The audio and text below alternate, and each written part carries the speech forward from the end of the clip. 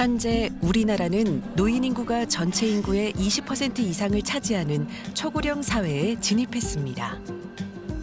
대한민국 국민 5명 중 1명은 65세 이상 고령자인 초고령 시대. 신체 퇴행에 따른 건강 문제와 노인성 질환의 발병률도 함께 높아지고 있는데요. 최근에 우리나라는 특히 환자들이 고령화가 빨리 진행됨으로써 허리가 그러니까 퇴행성 변화 때문에 발생하는 허리 구분증 그게 상당히 많고요. 협착과 이런 퇴행성 허리 구분증과 같이 동반돼서 오는 병이 생각보다 많아요. 대표적인 퇴행성 질환, 척추관 협착증으로 병원을 찾은 환자는 2020년부터 2024년까지 5년간 해마다 꾸준히 증가했습니다. 일어나지도 못했었어. 이 다리가 아파. 여기 엉덩이 양쪽이 아파가지고. 거의 일어나지를 못해서 엉금엉금 숙여서 엉금엉금 침대를 잡고 화장실 나오다가 너무 통증이 심해가지고 그래서 식탁에 의자 잡고 있다가 넘어진 거죠. 저도 모르게. 그때는 혼자서 못 가서 남편이 이제 안아서 화장실에 옮겨줬거든요. 그 당시에 또 너무 아파가지고 저도 모르게 의식을 잃고 쓰러진 거죠. 병원에 실려오는데 그 심정은 뭐 속된 말로 진짜 와 죽고 싶더라고요. 너무 고통이 심하다 보니까. 척추는 우리 몸의 기둥입니다. 건물을 안전하게 지탱하고 튼튼하게 세우는 기둥처럼 말이죠. 우리 몸의 기둥, 척추가 무너진다면 우리 삶은 어떻게 될까요?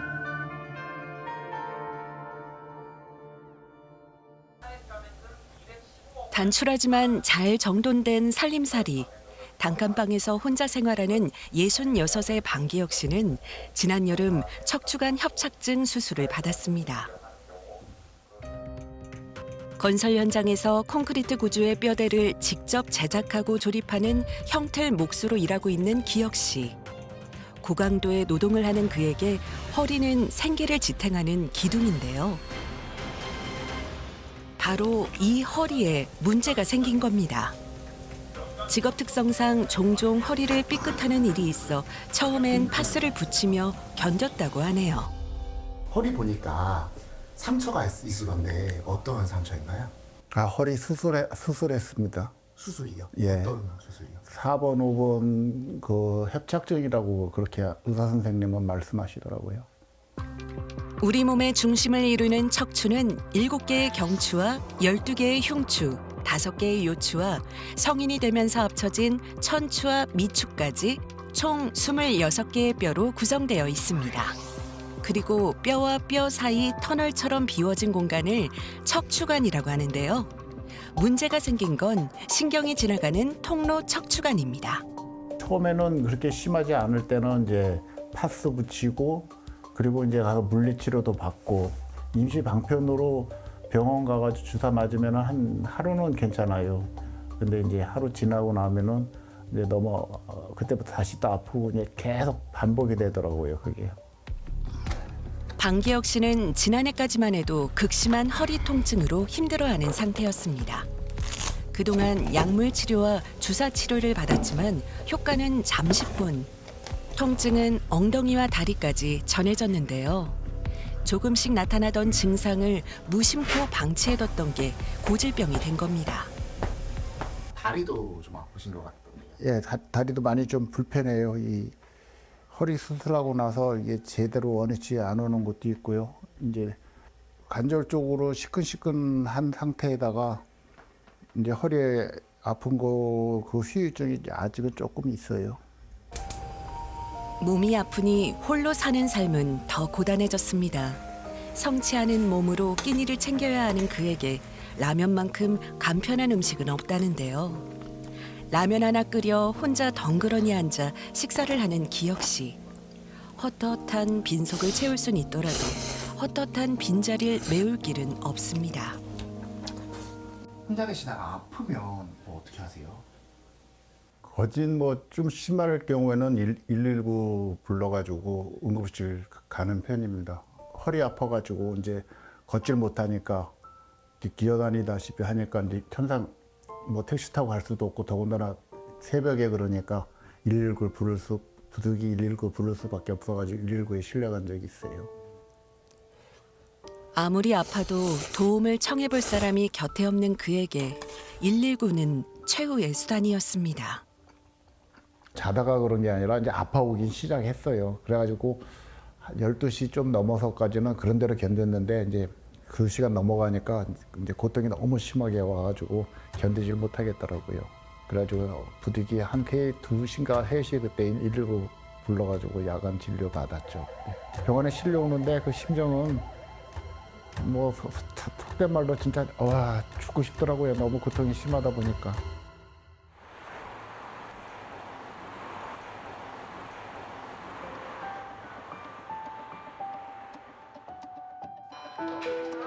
며칠 뒤 기혁 씨가 정기 검진을 위해 병원을 찾았습니다.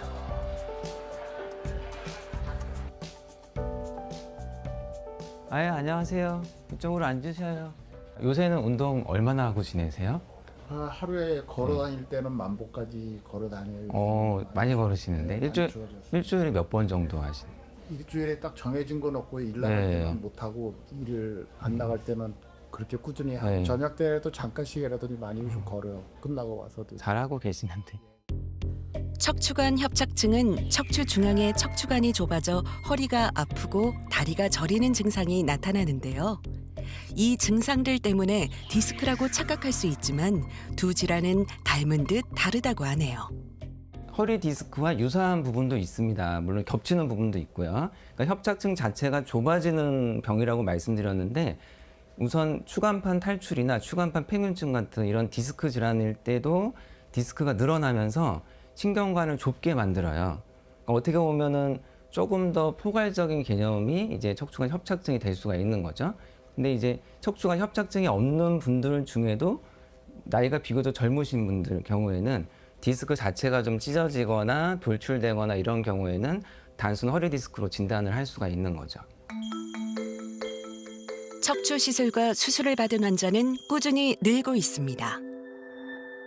그리고 척추 질환 환자의 증가와 더불어 척추 관련 치료에 쓰이는 의료비도 해마다 늘어나고 있는 추세인데요. 지난 5년간 척추 협착 진단 하에 내원한 환자는 대략 3% 정도 늘었어요. 병원에서 의료보험으로 나간 의료보험에서 지급한 비용은 거의 30%가 증가했고 따라서 환자가 부담한 금액도 30% 혹은 그 이상 늘었어요. 그랬다는 뜻은 계속 늘고 있다는 소리고 특히 척추 협착은 나이가 그 들어감에 따라서 계속 그 나이와 비례하게 증가를 하거든요.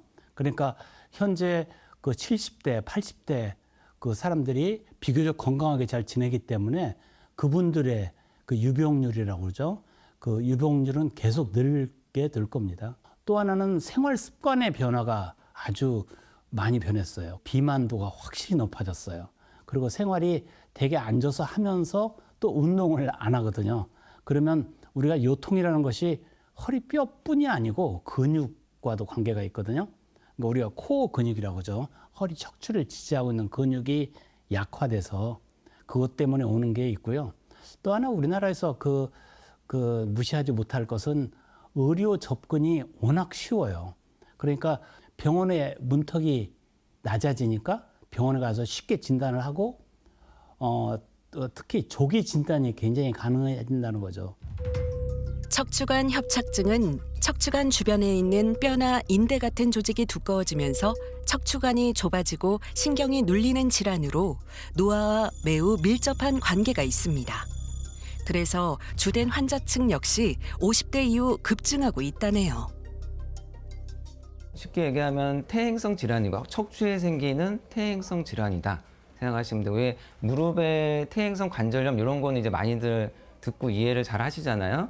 근데 사실 퇴행성 질환은 몸의 어느 관절이건 올 수가 있는데 약간의 특징의 차이는 있지만은 거의 다 유사한 병이에요. 그러니까 실제로 많이 사용을 하고 좀 무리하게 운동이나 무리하게 일을 하면 더 가속화가 돼서 빨리 오는 병이고 많이 쓰면서 관절이 마모되고 디스크가 또 마모되거나 찢어질 수 있고 그러는 과정 중에서 우리는 보상작용을 일으켜요. 이가 약하면 잇몸으로 씹듯이 디스크나 근육이 약해지거나 관절이 약해지면은 우리 몸은 뼈를 좀 두껍게 만드는 혹은 인대가 두껍게 만드는 보상작용을 하기 때문에 두꺼워진 관절이나 인대가 좀 이로운 역할도 있지만은 그것 때문에 신경 지나가는 길이 좁아지는 병, 이게 이제 척추관 협착증이라고 이해하시면 되겠습니다. 이분은 그 기존에 다른 병원에서 시술을 여러 번 하신 분인데 증세도 오래되긴 했었어요. 근데 오실 때는 그 오른쪽 다리 통증이 너무 심해서 제대로 걷지도 못하고 다리 절고 일상생활이 불가능할 정도가 돼서 오셨거든요.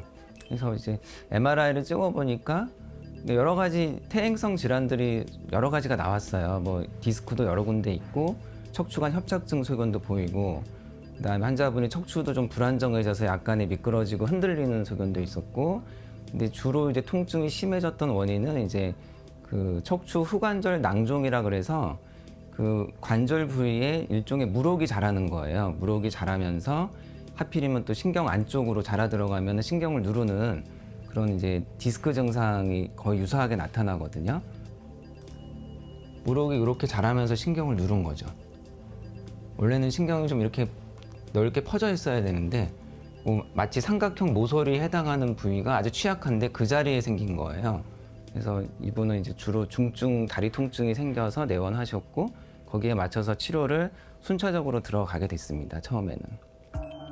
우리 몸에 생기는 물혹을 의학적으로 낭종이라고 하는데요. 후관절 활액 낭종은 흔히 요추 4번과 5번에 나타나는데 다리가 저리는 하지방사통 증상을 동반합니다. 발목이 좀 많이 약하셨었거든요. 여기 다리 힘 좀 빼보시고 힘 빼보세요. 네네. 여기 발목을 이렇게 좀 제껴보세요. 위로. 신발 벗고 해보실까요? 신발 벗고. 원래 이게 좀 많이 떨어져 계셨거든요. 수술 전에. 이렇게 힘 줘보세요. 엄지발가락이랑 힘 꽉 주세요. 있는 힘껏. 이 정도 밀어보세요. 이제 밀어보시고. 이 정도면은 한동안 못 쓰셔서 그런 건지 근력 자체가 떨어져 있는 건 아니거든요. 그러니까 운동 많이 하시면은 척추 질환은 그 원인도 증상도 다양합니다. 그래서 치료 방법도 수술과 비수술로 나뉘는데요. 건설 현장에서 무거운 거푸집을 나르는 방기혁 씨에겐 퇴행성 변화가 복합적으로 나타났기 때문에 수술이 필요한 상황이었습니다. 관절 자체가 기능이 많이 떨어져서 심하게 흔들리는 분들이 있어요. 그리고 아니면 충분히 신경이 너무 심하게 눌려서 충분하게 수술을 해야 될 상황. 그러니까 수술은 여기서 신경이 눌리지 않게끔 감압을 한다는 의미거든요. 그런 경우에는 수술 후에 2차적으로 불안정증이 충분히 예상이 되시는 분들한테는 수술을 좀 시행을 하게 됩니다. 허리를 굽혔다 필 때 이렇게 좀 미끄러지거든요. 이렇게 위에 뼈가 앞으로 빠지는 척추 전방전이증 소견도 있으셔서 수술을 하게 되면 이것도 잡아드려야 되거든요. 그러니까 충분히 신경을 누르는 구조를 제거할 뿐만 아니라 이제 더 이상 흔들리지 않게 불안정증을 잡아주는 수술을 해야 되니까 이제 척추 유압술까지 하게 결정이 된 겁니다. 척추 유압술은 오랫동안 압박된 신경을 풀어준 다음 척추뼈 사이에 디스크 대체물을 삽입하고 척추뼈를 나사못으로 고정해 척추의 안정성을 높이는 수술법입니다. 일단 원인이 되는 관절을 제거했기 때문에 그 자리에서 이제 활액 낭종이 재발하는 경우는 없습니다. 그리고 이제 원래 워낙에 문제가 됐던 신경이 협소하게 눌려있던 부분도 다 제거가 돼서 감압이 돼서 충분히 이제 신경이 눌리지 않는 상태가 돼서 수술 전에는 굉장히 극도로 아파하셨는데 지금은 이제 다리 통증은 사라진 상태고 허리도 처음엔 아프셨지만 지금은 많이 적응이 되셔서 이제 뭐 꾸준하게 운동 관리하시면서 지내고 계시는 거예요. 요추 협착이 있던 환자에서 다리의 통증, 보행 이런 것은 확실히 좋아지는 빈도가 아주 높습니다. 근데 요통이 있던 사람들, 허리가 아파서 바로 펴기 힘들고 이런 분들은 생각보다 증상이 오래 가요. 왜냐하면 척추 협착의 원인이 그 요통 부분은 별도거든요. 그래서 그런 부분을 잘 설명을 들으시고 이게 내가 수술하고 난 다음에 어떤 부분을 내가 기대해도 좋은지, 어떤 부분은 내가 가지고 가야 할 부분인지 이런 제한점과 한계를 잘 이해하는 것이 아주 중요합니다. 척추관 협착증 치료에는 완치가 없습니다. 수술 후 통증이 줄어들면 많은 환자들이 다 나았다고 생각하는데요. 척추 수술은 끝이 아니라 새로운 시작. 수술 후 관리는 치료의 연장선으로 더욱더 중요하다네요. 하루에 30분 이상 1시간 이상 본인의 능력에 맞게 걷기 운동이 제일 좋고, 요즘에는 이제 코어 근육이라고 그러죠. 허리 척추 주위 근육을 우리 몸통에 있는 근육을 코어 근육이라고 하는데, 그런 주된 근육을 강화하는 여러 가지 운동을 하시는 게 좋죠. 일단 허리에 좀 증상이 있거나 문제가 있으신 분들은 이제 동적인 운동이 있고 정적인 운동이 있어요. 그러니까 동적인 운동을 쉽게 얘기하면 반복적으로 관절을 사용하는 거, 잇몸 일으키기라든지 허리 돌리기라든지 이런 거는 동적인 운동이고, 정적인 운동은 아무래도 좀 척추에 불안정이 있거나 수술하신 지 얼마 안 되신 분들은 정적인 운동을 하시는 게 훨씬 더 안전하죠. 정적인 운동의 대표적인 운동이 이제 맨몸 스쿼트나 천천히, 혹은 이제 프랭크 운동 같은 거죠. 허리 관절에 해당되는 걸 말씀드린 거예요. 스쿼트 운동은 이제 무릎에는 동적인 운동이 되지만 허리 관절에는 정적인 운동이 되거든요. 또 예약 잡아드리니까 그때까지 몸 관리 잘 하시고, 그때 오시면 또 검사하고도 뵙겠습니다. 오늘 조심히 가시는 게 조심하시고 또 뵙겠습니다. 건강하시게요. 네, 안녕하세요. 아우, 그 참담한 고통은 말도 못해요. 말로는 표현 못하는데 선생님한테는 너무너무 감사하죠. 지금은 많이 좋아졌죠. 뭐 사지보행 하던 거 생각하면 지금은요, 뭐 그냥 걸어 다니는 것만 해도 감사한데, 한 80~90%는 정상적인 생활을 하고 있으니까, 100%는 아니더라도 한 80~90%는 그냥 일상생활을 하니까 만족하죠.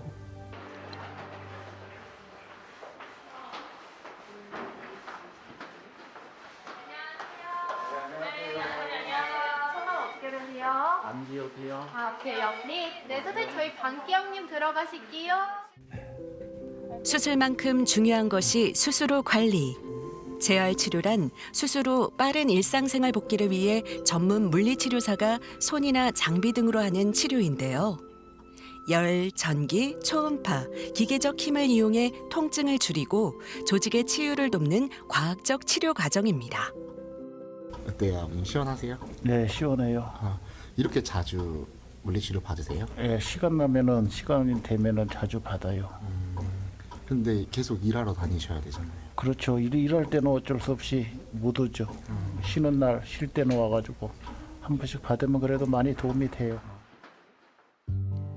동틀 기미조차 없는 이른 새벽, 기혁 씨는 다시 일상으로 돌아왔습니다. 허리가 아플 땐 움직이는 것 자체가 고역이었지만 지금은 직접 운전에 일을 갈 정도로 척추 건강이 많이 좋아졌다네요. 일상과 생계가 모두 무너졌던 그는 다시 일을 할 수 있다는 것만으로도 행복합니다. 근데 이 정도 되니까 기분이 어떠신지?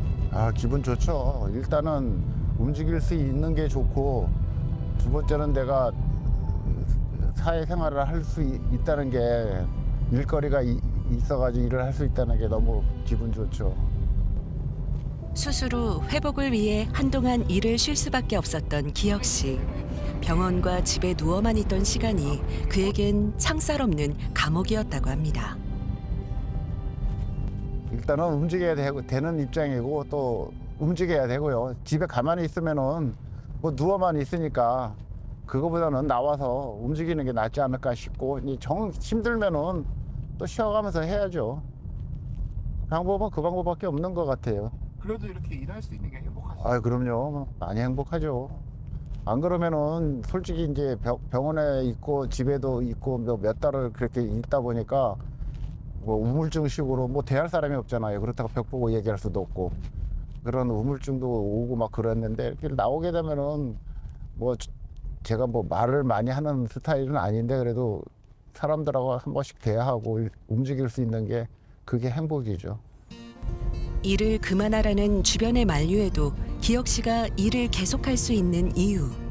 옆에서 자신을 배려해주는 동료들 덕분이라고 합니다.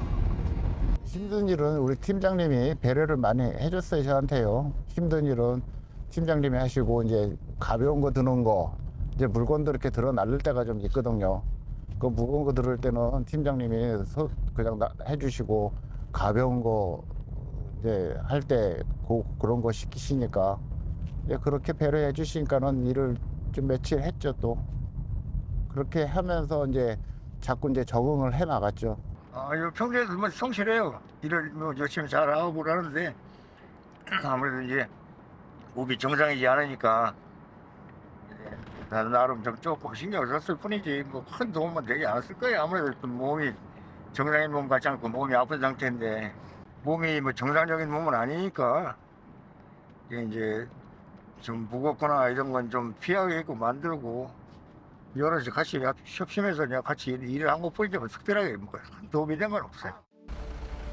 이렇게 장시간 운전을 할 때도 잠시 쉬며 스트레칭을 해주는데요. 내 발로 걷고 고통 없이 움직일 수 있는 힘. 척추 건강을 되찾기 전과 후의 삶은 많이 달라졌습니다. 날씨가 제법 쌀쌀해진 겨울날. 그래도 걷기 운동은 기혁 씨에게 빠뜨릴 수 없는 중요한 일과입니다. 일을 쉬는 날이면 하루 1시간씩 원주천을 따라 걷는다네요. 지금은 이제 날씨가 포근하고 하니까 자주 나오고 이제 추울 때는 그래도 낮에는 나와서 한 번씩 해요. 일 다닐 때는 또 어쩔 수 없이 못하지만은. 이렇게 운동하시는 게 허리에 좀 좋다고 하시더라고요. 예, 선생님이 말씀하시길 많이 걸으라. 근데 이제 무리한 운동은 아직까지는 저기니까 걷는 쪽으로 많이 운동하고 있습니다. 운동하다가도 잠시 숨을 고를 때가 있습니다. 그동안 무거운 거푸집을 나르며 고단한 삶을 살았던 기혁 씨에게 잠시 몸을 돌보고 쉬어가란 신호가 아니었을까요? 올해 소망이 있으시다면 어떤 게 있을까요? 뭐 소망이 있다 그러면 몸이 안 아픈 게 최고죠. 올해뿐만 아니라 차후로 살 때까지 몸만 안 아팠으면 좋겠어요. 그리고 병원비가 자꾸 아프면 병원비가 많이 들어가니까 일단 생활하기가 좀 힘드니까 병원비라도 안 들려면 안 아픈 게 최고일 것 같아요. 아프지 않고 건강하게 사는 것. 모든 이들의 새해 소망일 텐데요. 누구보다도 더 절실하고 간절해 보이는 기혁 씨의 소원. 그의 바람처럼 건강한 한 해가 되길 기원해 봅니다.